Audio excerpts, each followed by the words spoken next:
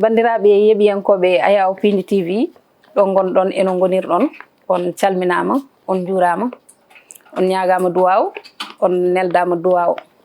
e caggal yettude Allah ko julde nelaɗo Allah sallallahu alayhi wa sallam nde o hokki en fartange kadi e artude oɗo ñalawma gam huccodirde e bandiraɓeɓe e ko yowiti e ndeɗo yewtere paamen pamminen noon sikki ala en mbayri arde kono noon ko yettere Allah peut être wonko tonguno en yafnade hen bandiraɓeɓe ko adi foof ko refti hen ko kadi ko wiide on paamen artidi kadi e rédaction Pindi radio walla mbiyen Pindi média hono no gowɗen ɗum wadde ni e kala e saaha paamen sikki ala oɗon gandi ko yewtere darotorinde alhaali actualité leydi men Sénégal kala ko yowiti e actualité nder yontere nde e kala e saaha eɗen jaada hen e terɗe rédaction ɗe tawa kadi eɗen gadda toɓɓe ɗe ganduɗa kadi ko toɓɓe jojjuɗe e nder leydi ndi e surtout kadi e nder kabaruji leydi ndi hande kadi no gowɗen wadde ni tan eɗen gondi hen e terɗe rédaction eɗen mbawi wiide Elhaja Ba Sarr nan ɗo banggue men ñaamu wondude e Moussa Niang e banggue men nanoga ko miñi men Salamata Amadou Dia ɓeɗo foof noon ala hen mo mbaɗeta ɗon présenté nde tawno ko jeese ɗe gowɗon yiide kono kadi ko daaɗe ɗe gowɗon nande e kala e saaha hande kadi en garti bandiraɓe en gaddi toɓɓe ɗe gadduɗen hande sikki ala ma en gadoro ko yowiti e hoorejo leydi keso o eɗen gandi ko jooɗi e jonde nde walla e hoore laamu ngu gila nden ha hande peut être en garani ɗo jeyno sababu ko wodino ko tongi en ko heewi kadi no foti hen rippede kono tan en jarat tan ɗo actualité o yarata ɗo jaaden e jamanu tan no heewi wirede ni ma en gar e ɗi jilluji ɗi ganduɗa o yuɓɓini ɗum e ɗeɗo balɗe surtout ko wiyete ko visite officielle tawi ganduɗa jalte makko gadiɗe ko galleji diine ɗi o adori ko refti hen ko caggal ɗum nde o yalti leydi o adori ko leydi Mauritanie leydi ndi ganduɗa kadi ko leydi hoddiɓe meɗen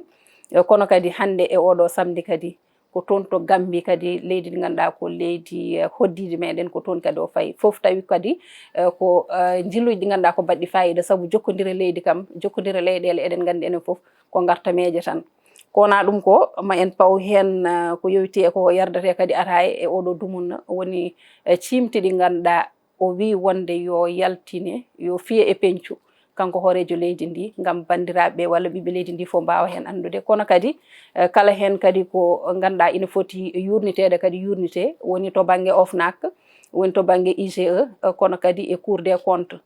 caggal ɗum ma en paw hen pointage numérique kadi mo ganduɗa nana haale oɗo dumunna foof ko refti hen ko toɓɓere men wattindide wonata ko déclaration de politique générale mo ganduɗa ina ɗamina e on mo ganduɗa kadi woni hoorejo jagorɗo ɗe hono Ousmane Sonko e nder ɗum noon nani haale hen motion de censure ɗum ɗon noon koko woni e yimdede hayso woni andaka beele ma won walla wonata kono nana yimde enenne labudde dippen hen ko adi foof haade yam salminde ɓe gonduɗen ɓe ko wiide bandiraɓeɓe oɗon jarlo oɗon jaafo e julde korka nde oɗon ɗacca hakke Allah hokku en tawtorede o saaha mo wuuri en duwodiri e bandiraɓeɓe foof ko wona ɗum ko salmodirde e Elhaja Ba Sarr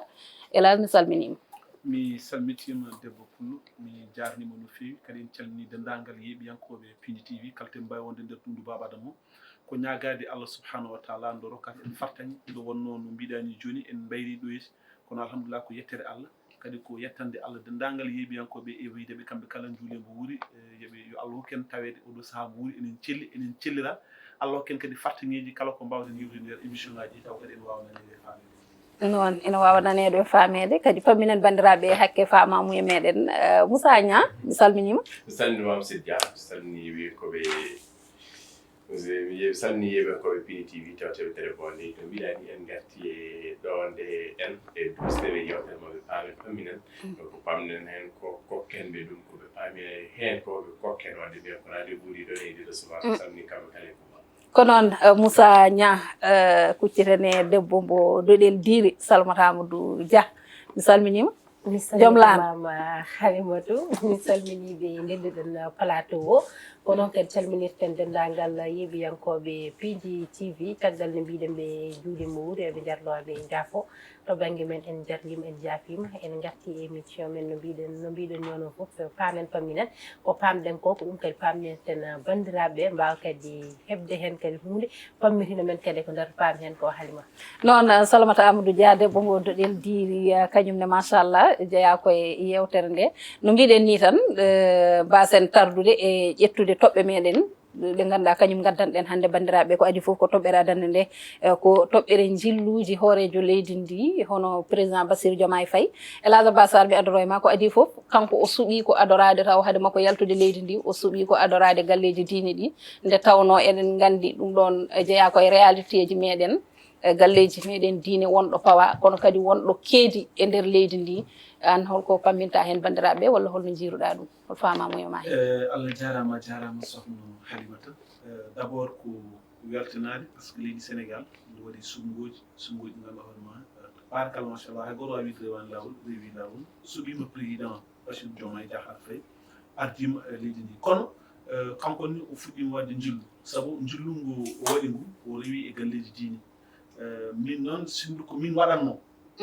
so filtire e galle diine o hattatan e galle ɗi o yahanno galle ɗi fof timma par ce que galle diine ɗo e Sénégal enen gandi ɗi keewi ɗi kaaɗen tan e Touba e Tivaoune sindu ko sagam min sindu min waɗanno sabu min waɗanno conseil so filti wadde noon o rewanna e galleji ɗi o kontina tan o wasa wadde no wiiri ni par ce que o wi ko galleji diine ɗi fof so hawre welede Allah mo waya hen eyyi mo wiya hen kono sindu so wanno noon ɓuranno par ce que nden jomumen fof hen galle fof hen ɓuranno wawde ruuru mum par ce que configuration diine ɗum ɗo men wayi noon par ce que enen gandi diine ko goto kono enen gandi kadi galleji ko galleji diine ha goni ɗo ha heewi ɗum fof limtilim woni fof eɗo ɓaari so wanno noon ɓuranno heddi ko noon jahangal makko toon to Nouakchott on kam vraiment mbiɗa waɗa ɗum apprécié par ce que ɓe kolliti hay lamɗo jaltuɗo ɗum ɗo jalta mum garwniwal yano ɗon to Gambie donc firti ko ewi kamɓe ɓe kormi koddigal ngal eyi sabu won musidɗo goto wiyatma so tawi a yiiɗi andude hol mbiyowma aɗa moƴƴi yahata ko bande wiyama te enen hannde bandiraɓe meɗen woni hoddiɓe men ɓe woni hoddiɓe men Mauritanie en Gambie en leyɗele keeriɗe en ɗe sikki ala no mbiruɗa ni Elhadji Abbas Sall e siftorde hoorejo jaltuɗo hon président Macky Sall kañum adorino ko toon to Gambie on tuma kadi taw ko won situation gonɗo ɗo mo ganduɗa ina fonno ko jojji ko réglede saabu sa ƴeewi on saaha tawi toon to leydi Gambie won caɗele gonno toon won darde o fonno darade hen kono kadi hakkude men walla mbiyen leydi wona leydi mbiyen to diwan Casamance to ɗum ɗon foof so tawi a wi Gambie tan wasata woda ko memorɗa hen Moussa Niang hol yiyande ma an e ardiɓe walla ni mbiyen gardiɗo leydi o ari hande yeehi fayi toon to Mauritanie ko toon adori jillu muɗum mo ganduɗa ko jillu yaltude leydi ndi gaga galleji diine ɗi ko noon tigui min jaggir min jillu ngu ko on panafricanisme mo wiɗotata sabu en jiɓe to Abdoulaye Wade premier joyare premier sortie mum international ko yiide a leydi France e ko wayno donc min jaggiri ɗum tan ko panafricanisme mo wiɗotata parce que hannde kadi so tawi leyɗele fof kaɓillaji men dogue Sénégal so famde ɗanno kuba on pétrole kamen oɗon gaz eɗen gandi pétrole on na Sénégal tan jeeyi ɗum ko Mauritanie jeeyi ɗum donc so tawi ne nodde développement janggo walla émergence lendi ko sabawde oɗon ordnoir wadde falabuda joni jooɗi pression Sénégal o nene makko alay sago ɓe mbaɗa accéléré ɗeɗon gueɗe pétrole walla les puits de gaz woni hakkude Sénégal e Mauritanie e wasata dossier ji goɗɗinan toon kono sa daari jewte ɗe ɓe jewtide walla koɓe kaali koye ɗum noon ɓuuri wadde acté koye on banggue ɓuuri artude pétrole o kamɓe gaz o ngam partage mum holno jogorade par ce que kamɓe fof ɓe tuubni tan développement leydi hamin mbawi ƴellide leydi président Bassirou Diomaye Faye fawan ɗum sona e oɗo ressource mo joguiɗen sorti makko Gambie ene wawi yaade makko Gambie ne wawi wonde hande jaabogol faade mouvement MFDC par ce que en jii kañumen mbaɗi sorti mbaɗimo lancé ganduɗa ko alerte aji mbaɗimo ganduɗa ko mbawi wiide menace donc ene wawi wonde ganduɗa ko par ce que sa haali Casamance tan aɗa wawi haalde Gambie par ce que Gambie saabi Sénégal wawani wadde maîtriser oɗon zone walla Guinée saabi Guinée Bissau saabi Sénégal wawani wadde maîtriser oɗon zone mi sikkande c'est la réponse faade mouvement des forces démocratiques de la Casamance noon woni MFDC ɗum koto banggue Casamance kono kadi e banggue jillu makko toon to Gambie Salamata Amadou Dia mi rutto e ma to banggue jaagol makko toon to Mauritanie sikki ala eɗen gandi pétrole e gaz nan ɗo kono won caɗele ɗe ganduɗa nan ɗo ɓurɗe jojjude ko yowiti e Sénégal e Mauritanie woni holɗum banggue awo ngo te kadi sa ƴeewi hay nde ummi nde omo fayi toon en ji darankoɓe no kaldini jalti kolliti kañum en yidde mumen fof ko yo haale ko yowiti e awo ngo saabu licence uji ɗi walla kadi e keeri ɗi ne addana ɗumen caɗele kala e saaha holno pamirɗa on fannu e noon Halima haalama waɗi fayida kadi namdal ngal machallah en jiino mbiɗa ni hoorejo leydi ndi keso o ko ari e laamu ngu hayso tawi tuwa timmudde lewru mbiyan o heeɓi wadde jaltal makko gadanal taw o arori ko Mauritanie mo ganduɗa ko leydi takkidi walla koddiɗo Sénégal mo ganduɗa ni won wiyoɓe Mauritanie woni Sénégal woni Mauritanie par ce que Sénégal naaɓe nan toon Mauritanie naaɓe nan ga kala mo tanum ala to tawat ko tanum goɗɗo o nani gayen ko gotum heddi ko noon kanko hoorejo leydi ndi avant ni komo waɗa sottima e haala makko e discours aji makko gadani nde woni nde o heeɓi laamu ngu o holliti kala leydi ndi o yewtidi kala partenariat momo wadde ko 50-50 wonata so tawi alana leydi Sénégal gartam ngal ɗon jokkodiral wona godowal so yeehi noon haw yeehi Mauritanie eɗen gandi Mauritanie comme no Moussa wi ni wonko jogdiɗen e mumen ko wayno kuɓɓam ɗam ɗon gonɗam ɗon en enen ndendi ɗam wonkoɓe jeehi wonkoɓe jeyɗen hen so tawi o yeehi toon fala budde ɗum ɗon kam ina jeeye e bundi yewtere mabɓe ko refti hen ko o yii ko yimɓeɓe eeri ko to banggue licence de pêche ɗiɗon ɗum ɗon kadi ko probléme mo ganduɗa ɓooyi woyede ɓooyi kadi yiɗede fewne beele ɗum ɗon o yewtidi ɗum e hoorejo walla ɗum ɗon aɓe ganniyi safrude nden ɗon ñawande pour de bon mo heddiɓe ɓe mon foof o yiito hen hoore mum ɗum ɗon haalima mbiyeten tan ko ha yesso men gandu hen ko heddi ko beele 50-50 o tongama hakkude leydi Sénégal e leydi Mauritanie walla ala haalima ha joni ko woni yesso daɗani guisa ko ɓenni ko heddi ko goɗɗum mo ganduɗa jaltal makko ngal waɗata hande gambi ngal en ji MFDC kañumenne mbaɗino ɗo erago presque mbaɗimo menacé mbiyan kadi eɗen gandi ɗum ɗon gambi ɓenne jeeya e parti e gambi ko yahata gambi ko beele kan ɗon haala ma haale toon nden ɗon ñawande ma safre toon ɓen ko kaalata crise moɓe kaaloto beele mawo artu hen walla ala ɗum ɗon kadi mbeɗa sikki ɓaade ko jaltowo hande ko wawi hen wonde foof ma o artu hen kono haalima min e yiyandam on banggue mbiyatmi ko c'est précoce jaltal précoce mbiyatmi saabu tiggoyel jibinaguel hande tan wiya yo fer mbuutu yaaha ƴetta yo yaaha wona yirlade ɗum ɗon ina yaay par ce que o fuɗɗori ko jilluji makko e nder Sénégal par exemple da o yeehi e wona helifaɓe diine e aada o yetti ɗumen kono eɗen gandi les réalités ji gonɗi e nder leydi Sénégal par ce que galleji diine ɗi machallah ina keewi sa yeehi hen goto tan keddiɗo tawat ko nana soynoma ka tawti haala élage ka taw nana tawat ko nana soynoma ina fanma min sinno koye sagam ɗono ngal ɗon ɗono adortono ha joofa so joofi nde jomum fuɗɗa yaltude leydi ndi yaaha banggueji goɗɗi kono ha joni wuuri kono rufani ne wawi eɗen jogui jorto peut être mawo artoy hen e ɗin ɗon julluji o yetto ɗin ɗon galleji halima en tout cas ko ɗum woni ko haali ko ɗum woni koɓe kaali wonde kay galleji diine ɗi foof mawo yaa hen so hawri e welede Allah te kadi eɗen jogui jikke hayso woni o haalano no eɗen gandi ko noon foti wonde saabu enen foof eɗen gandi ko woni réalité ji Sénégal to banggue jaltal makko faade to Mauritanie to banggue awo ngo ɗum la budda haale hen saabu eɗen gandi ko caɗele jojjuɗe kadi tawde woni kamɓe ɓe gaari koɓe hesɓe won ko heewi ko ganduɗa eɓe jiiɗi ɗum momtande ɓiɓɓe leydi ndi ɗum ɗon alay saago ɗum ɗon wona hen donc ngoɗon awo kadi noon darankoɓe kaldini caɗele ɗe guurata hen ɗe kadi caɗele kadi ko ɓuuri tengtude e maaje meɗen hakkude meɗen Mauritanie ɗum la budda ɓe daro hen noon fotiri ni certes noon pétrole gaz o ko kañum ɓuuri wonde ko ganduɗa hande kam ko kañum yimdete ko rewi hen ko kalten koye alhaali ɗeɗo cimte Moussa Niang koye ma paami ɗeɗo cimte ɗe ganduɗa kanko président Bassirou Diomaye Faye e conseil des ministres ko ndeno yamiri wonde ɗeɗo cimte ɗe ganduɗa ko OFNAC en IGE wondude cour des comptes yoɓe mbaɗ feere ɓe piya ɗum e pencu heewi noon haalaluji a woodi ni wiɓe wonde ɗiɗo cimti ɗe jaltino ɗo walla ɗum ɗo waɗanoma ɗo walla wattanoma ɗo hennen kono haɗani ɗo ɓe dippi ɗo ko ɗon ɓe dippi hani wonko ganduɗa fuɗɗima hen yaltude saabu won inɗe ɗe ganduɗa fuɗɗima hen yaltude so rayna he joomum en jogori hen dañde caɗele on banggue Moussa mboɗo sikki aɗa humpiti ɗum no fewi saabu pinowo e jayindeji ɗi kam wonko andi hen no fewi eyyi ɗin cimti ɗin kokkimo laamu jubbol so laminimo waɗe magol neɓa kono ko hokkimo laamu ko walla ko hokkiɓe laamu ko fala budde ɓe garen ɓe suuleydi Sénégal yiya so wona ɗum noon tan wiyatno ko propagande wonanno walla on cosanno walla ɓe kalanɗo ɓe fof on tuma ɗumen holande e gal woni dossier ji nan ɗo so tawi ɓe laamnani ɗum ɓesgu leydi sénégal no natirno e maɓɓe mbaɗi voté suffrage universel s'exprimer majeure partie hokkiɓe majorité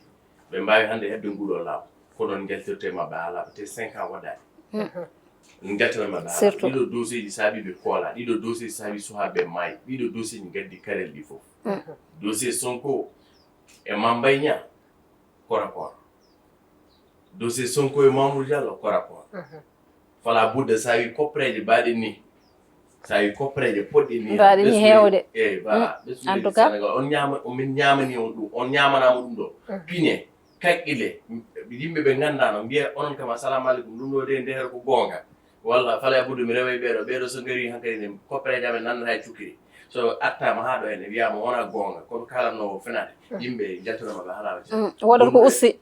wodat ko ussi c'est normal par ce que kangadi yimɓe mbiyat ɗere fof ko yuppurede wadde hen nde on mbi ɓeɗo huyɓe ɓeɗo gujji on gari on gaddani he preuve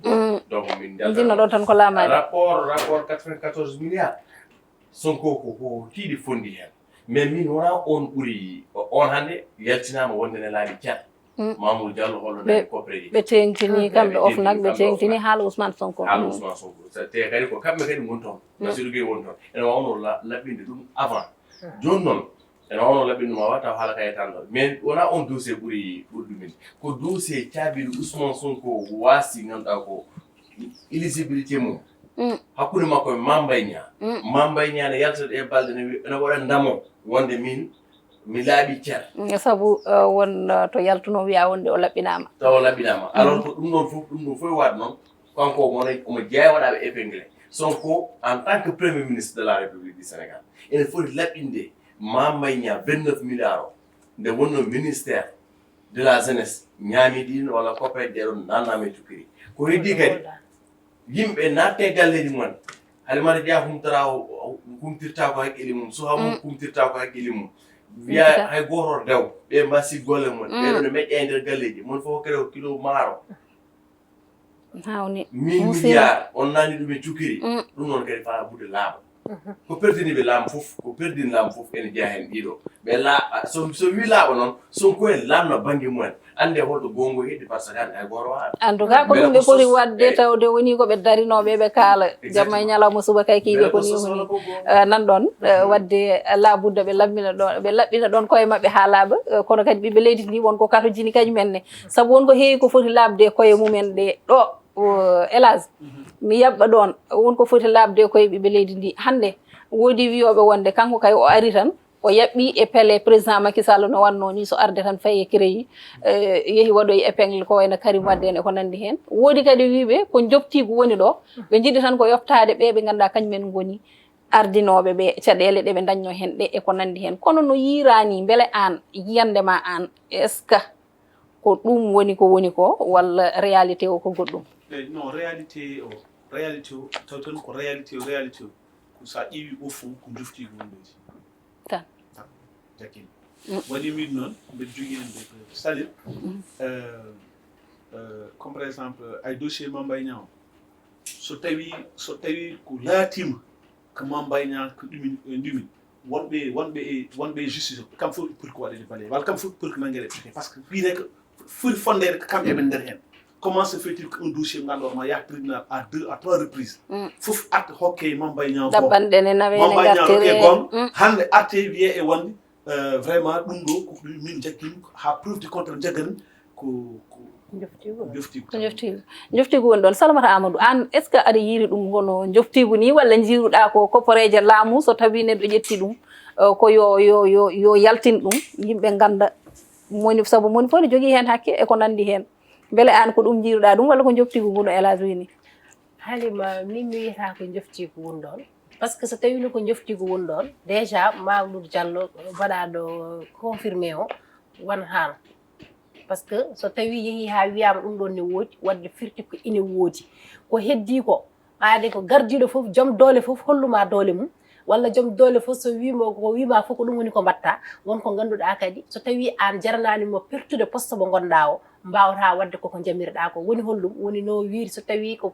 ka Mama Niang so tawi wona gonga laataki walla so tawi laatima hay wonɓe justice ɓe fof poti ko waɗede balayer so tawi noon kamɓe ne ɓe mbayani no capitaine Touré wayni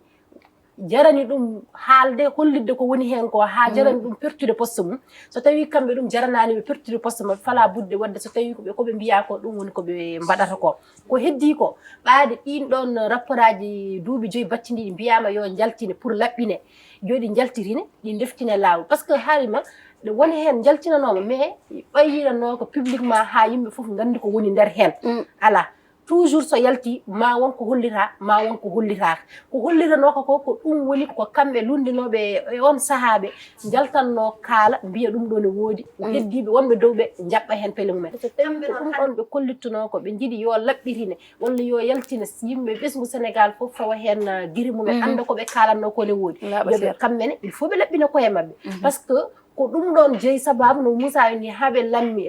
par ce que ko ɗum yaltini ɓesgu ngu hare haɓade ko jeeyi pour yo laɓɓine wadde fala budde ɓe laɓɓirin ɗum ko heddi ko haalimo mais ala ko heddi beele ɗin ɗon rapport aji ko ɓurɗi yaltude haalimo hoto jejji tan wonɓe mabɓe hannde ina gonno e ɗin rapport aji mbiya wonɓe mabɓe hannde ina gonno e ɗin rapport aji beele ɓen ɗon so tawi moddi hen maɓe mat fodde nde ɓe poti wadde e mumen nde walla est ce que ɓe keɓorani wadde no ɓeye mbanno ni pitti wonɓe mumen ɓe laɓɓini ɗumen pour moddinde ɓe ngalano e mumen ɓe ɗon ne haalima ko woni so nden yonti bo sikratma caɗele mbadde saabu aɗa andi ɗo joni ɗum ɗo so laatima est ce que no président wiruno ni won dossier ji ganduɗa kañum fawi hen koyɗe mum kañum fawi hen junggo mum ɗum ɗon beele wonata gonga so tawi ɗum ɗo laatima woodi ko ɓe mbi ko ɗum noon woori no wiruno ni est ce que ɗum ɗon o hokkata yimɓeɓe gonga tawde woni ko kanko wino ko won dossier ji ganduɗa kanko fawi hen ɗum kam yimɓe fof ne gandi ko président wi noon non aɗa andi état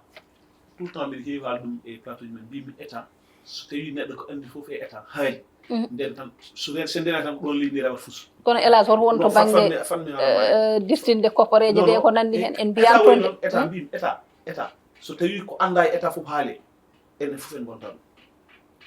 état sa nani neɗɗo ne wiye un homme d' état fitti ko wonko ganduɗa ko ganduɗa hoorema an namiyan conscience sa haali ɗum ɗo wona hunde ganduɗa hoorema fewde mi rokka yeru comme par exemple an e to banggue journalisme jangguɗa ene waɗi ɗum mbiyataɗa so tawi min de sa haali ɗum ɗo en jogoɗ malgré ko ɗum gonga mais sa haali ɗum ɗo ko jogoɗo fusde leydi est ce que a haalat walla haalata a accat par ce que en aɗa andi ɗum ɗo ko jogoɗo bonɗi ɗum ɗo min noon to waɗi jinnomi waɗɗo are stoppe walla jaltade sala jinmi wi tan ay saɗa wi yimɓe ɓufte yata waɗa leyɗe saɗa wi yimɓe ɓufte yata waɗa leyɗe kamɓe ardiɓe joni beele eɓe laaɓi ɓe goni koye laɓɓinde koye mabɓe sa yi yappuraji ɗiɗo ɓe jaltine ko haaɓe laɓɓino koye mabɓe kamɓe ɓe gandaɓe laaɓi jinmi tan a fammi yata ɗum par ce que ay enen ɗo Sénégal gonɗen hande an oɗo sa dañi galle Mermoz tan se nagi yimɓe pour yurnede galle mawde so tawi ko ligguiɗo heeɓi ɗum tan kay ala ɗum oɗo jogui tan e saaha on saaha moɓe gonno hono eɗen gandiri kelle kamɓe ɓe kaali kono ko wayɓunde fof ɓaade yo yaltirela un fonctionnaire de l'état a fammi finance banque tan daña galle Mermoz e nder taw ligguiɗake 15 ans liggey ma an on banggue élage mboɗo sikki tan so tawi on banggue so tawi rippama e nder leydi ndi ko heewi ma dokke ɓe dokkateɓe kaaliɗe galleji galle nde gandanɗa hoorema leydi domaine national enen fof ndeni mi itti dokkuma alaji abbas en tout cas ɗon kam ɗon rapport aji ɗi yodi jaltina tamde laɓɓe kono min haalima ko ɓuuri kam hen jahde seeɗa 5 dernières années ɗiɗo rapport aji wonɓe ganduɗa mbaɗi ko ɓuuri ɗum mbaɗi ko feññikini par exemple les 1000 milliards les 1000 milliards covid 19 non mais wonko ganduɗa won parti ɓurɗo hewde natani e nder hen on ko le yawti avant ɗiɗo 5 e nder haalaluji e nder analyse uji e nder jewte won wiyoɓe kadi est ce que wona yewtere woni hakkude kanko jaltuɗo e ɓeeɗo natɓe pour ɓe woodi ɗo ɓe tongodiri woodi ɗo ɓe pamodiri pour jomum won on wonɓe yiɗoto dandude ko wayno ko ɓadi mum walla ko ɓurɓe hen hulɓinade tawne yilo ɗumen dandude ƴetti to ɓuuri woɗɗude to en tout cas ɗiɗon haalluji fof jalti wonɗo ɗin haalluji nana wonɗo ɗin haalluji nana kono noon aɗa andi ko ɗum woni tout le temps ko mbiyatmi ko rek mbimi état hulɓini état wona ko anda to haale ayi won wiyoɓe deal won wiyoɓe ni hay deal goto ala ɗon a faami won wiyoɓe ko deal woni hakkude ɓeɗo mais won wiyoɓe aussi hay deal goto ala ɗon a faami mais ko wa hen wonde foof a faami enen kam enen jogini ɗum konngol ko woni yeeso daɗani gite ko woni yeeso daɗani guite walla moftanen ɓooyi ɗum fof ko konngudi meɗen en tout cas a yiyanoma ɗo kamɓe kam wiyete ko noɓe puɗɗori ni yoɓe jaaru noon kadi ɓe mbasa wadde kadi won par ce que sen ƴeewi président Macky Sall en woni laamu iwngu ngu nde ari nde sen ƴeewi to banggue Karim Wade en a yii wonko haalano e créyi wonɓe ganduɗa kalanoma ko wayno Ablaye Balde en so tawi mi juumi gartiron kam nani ɓeɗon caggal ɗum wona duttiti jeehi mbambi e mabɓe caggal ɗum dossier ji ɗi jaɓɓa donc on politicien ji ɗi yallah faabo tan ɓe jaafo kono ko ma Allah faabo tan aɗanndi ɗum kadi ko honndal noon par ce que ayi neɗɗo sa opposé muɗum a yii aɗa wiya wonde lawol ndewɗal ngol feewani so tawi a yii ha haqqille ma rokkitimam lawol ngol remulen feewi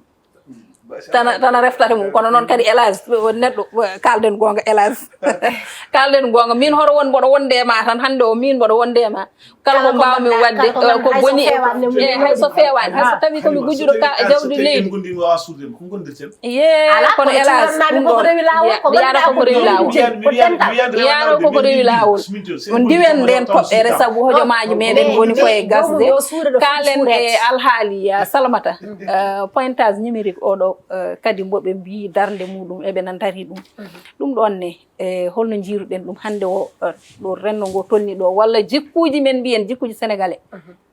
gonka ka gonɗen ka kadi e neesu no neesoriɗen ni so tawi oɗo pointage numérique waɗama beele waɗi ko gartam walla jogori ko wadde battane e yimɓe ɓe e golle mumen Halima min personnellement mi yonnata pointage numérique o aɗa ko tagi mi wiide noon par ce que so tawi ko administration kalten aɗa ko tagi mi wiide noon puisque so tawi joni an a rokkama liggey aɗa foti liggade a waɗi mi weele hande mi dawa janggo somi dañani temps mi dawde mi dawata joni so tawi ala contrôle ala andede Halima dawi walla dawani ɗum ɗon Halima kono welira hol heure mo yalte hol heure mo naati kono welira so pari so lewru ma yi heɓa salaire mum yaha tawa tampani eko gollata ko kono so tawi waɗama pointage numérique aɗa andi no wawno waɗede parfois ne waɗa noon ene bindol kay gara mbaɗa ko waɗa émergé aɗa ɗum ɗon kadi aɗa wawi artude janggo jamma kono so tawi ko numérique so waɗama e nder machine o hankkadi naati e machine o mbeɗa sikki so tawi wona kay deno machine o walla ɗuminowo ɗum o jomum haalde ha wawa ittande ɗum wawa iwde ɗon mbeɗa sikki ɗon ma ande ɗon ma yimɓe déjà mbaɗa respecté liggey mumen ma mbaɗno jikkuji ɗi cikkuɗa ma iwe yimɓe ma musat weɓanta jomumen kono adano kam ma jomumen ene wadde contrôlé heddoto ko beele maɗum continue maɗum juuta walla ɗum juutata kono kam so tawi ɗum dañama laatade ina moƴƴi ha maayi saabu ma yatirina golle ɗe yeeso kadi ma tag yimɓeɓe jogade haajuji e nder golle mumen ma mbaɗa respecté heure o mbaɗa respecté heure mo dawata mbaɗa respecté heure mo jippoto kadi mbawa toppitade golle mumen no hannirta ma won ko ɗum nafi no fewi hojomaji meɗen nana doga dartaki élage an oɗon fanno holno jiiruɗa ɗum oɗo pointage numérique moɓe mbi kadi kamɓe laamu keso ngu darde mabɓe ko hen mbeɗa yaadi hen mais min ɓurnomi yaadude ke yeɓ tafto jikkuji men enen ko jikkuji men woni hayso kala ko wawi wonde comme par exemple hay ko kala ɗum ko ɗo jogui sa yi ɗum woodi tan ko jikkuji ɗi goni enen jikkuji ɗi goni ɗum moƴƴani jikkuji men ɗi haɗi men moƴƴi woni enen mbiten ko e wonde min kala ko dañmi yomi l' essentiel est que suturo walla suurdine walla moftude nde ɓurani kam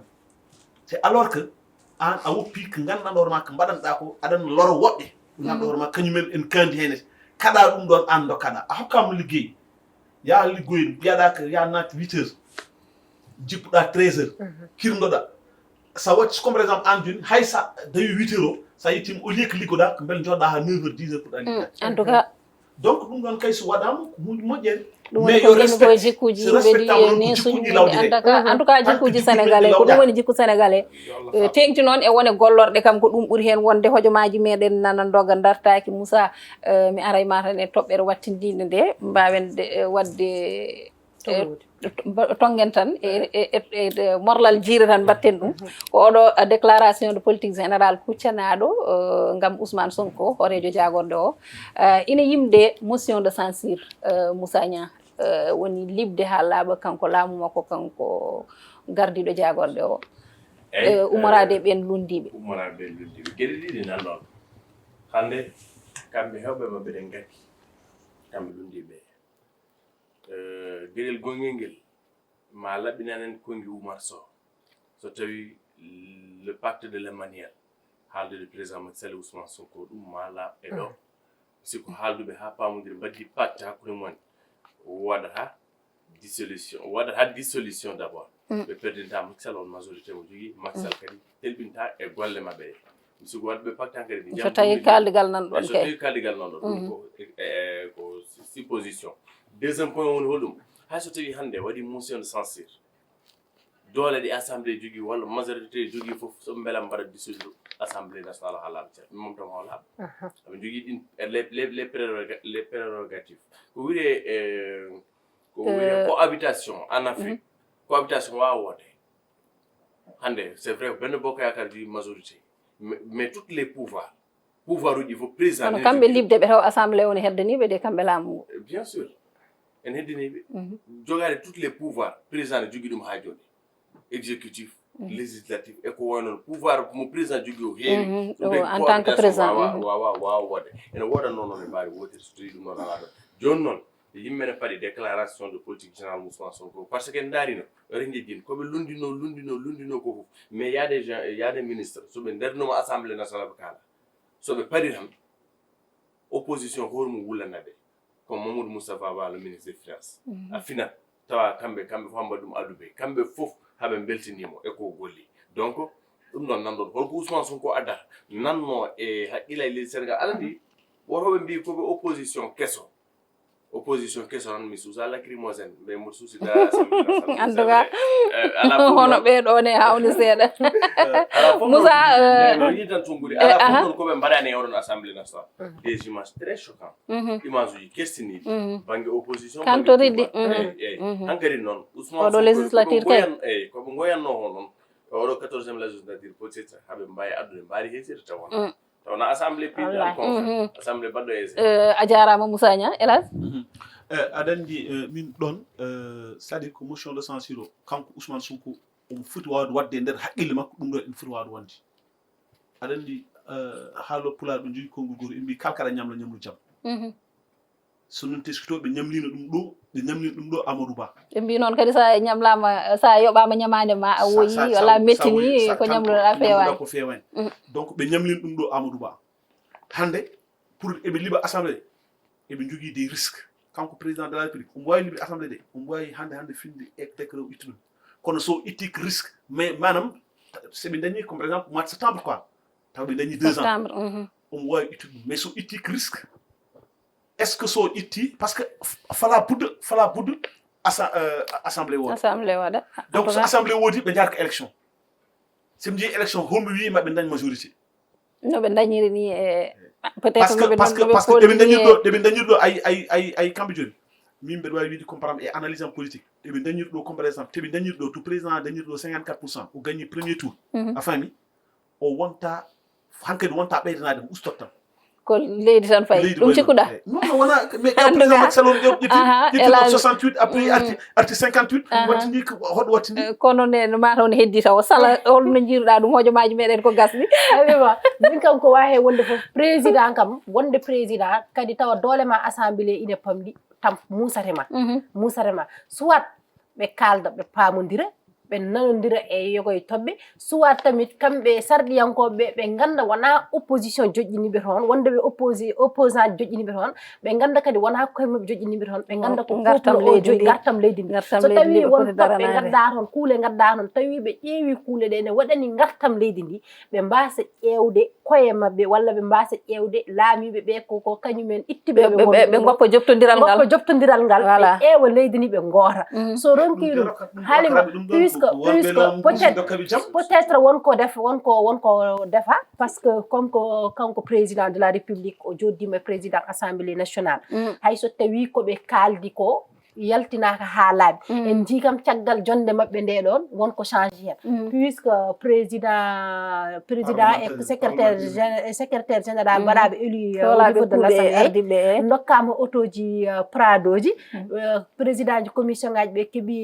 autoji Mitsubishi kadi rutti kadi indemnité mabɓe nawama ha 700 000 maɓe dañi passeport diplomatique en tout cas ko woni ɗon ko enen wonko ɓe fuɗɗi yewnude ko analyse tan mbawen wadde mais pour paamen wonko fuɗɗi yewnude stratégie politique fuɗɗi defede de eɗen mbawi wiide noon caggal jonde nde aɗa defende hunde aɗa hokkude defende par ce que gandi instant oɗo ɓe ngala majorité ɓe ngala majorité kay ɗum kaɓe gandi kono kadi an mbawi mbayno de hojomaji meɗen ko gasi ha garten affaire paɗo so hawri e welede Allah tawi hande ɗum jogno majorité sala konngol ma battinigol wayno walla mi wayno konngol am battinigol tan ela s'il te plaît konngol am battinigol lu tan ko fi wirtiran ha joni piggal ngal ina hedde mabɓe ina muusi gasani taw so tawi noon mbiyatmi ko laamu kesugu so tawi ne yiiɗi gollade libbe ɓe assemblée ɓe mbatta assemblée goɗɗo koɓe dañi hen fof ɓe ƴetta ɓuuri ɓe jaada e wasam par ce que wonko keddorade sala a jarama Elage hojomaji men ko gasdi a meeɗa yi piggal ɓuuri pingal ko muusi tan galle muusi piggal koko muusi en tout cas wonko Moussa haali mbele opposition oɗo ma won tusɗo kaani tusɗo lakkimol honko en jamnowo en tout cas opposition jono susade de aɗa andi kalka meeɗa yiide Sénégal a yiiɗum e oɗo opposition ɓe ɗum kalka meeɗa nande Sénégal a nani ɗum e oɗo opposition Elage balle kam hojomaji ɗi gasi a jarama vraiment aussi ko yettudema et surtout suɓade toɓɓe baɗi ñeete addu ɗum e renndo ngo ko gossindiral paamen paminen ko gossodiral koren kalɗen quoi donc ene wawi taw peut être wona ɗum ɗon mais ko pamɗen koren kalɗen hakke famamu e meɗen no gowɗi a jarama Moussa Nia sala a waynima Moussa konngol ma battinigo ko tataɗo haalne ko kalɗen o welani ɓe yo pam tan enen ko impartialité wonno en gonnan ɗo hay goto wona position hande ko ko noon Moussa Nia Elhadj Ba Sarr wondude Salamata Amadou Dia Allah jarama on jarama en jetti kadi yeeɓiyankoɓe Ayaw Pindi TV tengti e ɓen wattu hakkillaji men e yewtere pamen pamminen kono kadi ko ñagade ɓe yaafuye e joɗade en ko juutini yewtere nde arani yoɓe gandu hakkillaji men nane mabɓe kala e saaha en jetti dendagal ɓe ganduɗa ɓe ne batti hakkille no fewi e yewtere nde kala to ɓe mbawi wonde hande noon salminagam spécial fayata koye joom suudam madame Dia Binta Sarr mo ganduɗa kañum ɓornimi oɗo robbo machallah mi wawa ummade ɗo taw mi haalani haala makko joom suudu grand frère Mamadou Oumar Dia mi salminiɓe weltanimaɓe kono kadi Abdoul Dia wondude madame muɗum Penda Sarr ni tan ɓe goori e amen dal machallah rewɓe amen ɓe ɗum noon en jettiɓe en jarniɓe kono kadi en jetti dendagal yeɓoɓe en jetti Djiby Dieng to banggue caméra to banggue montage en jetti Ali Fall bandiraɓe gasi ko ɗum ɗo min gadduno e yewtere pamen pamminen aadi men so hawri e welede Allah ko yontede fande ɗo e nden yo jaam jogo on jogo min on jarama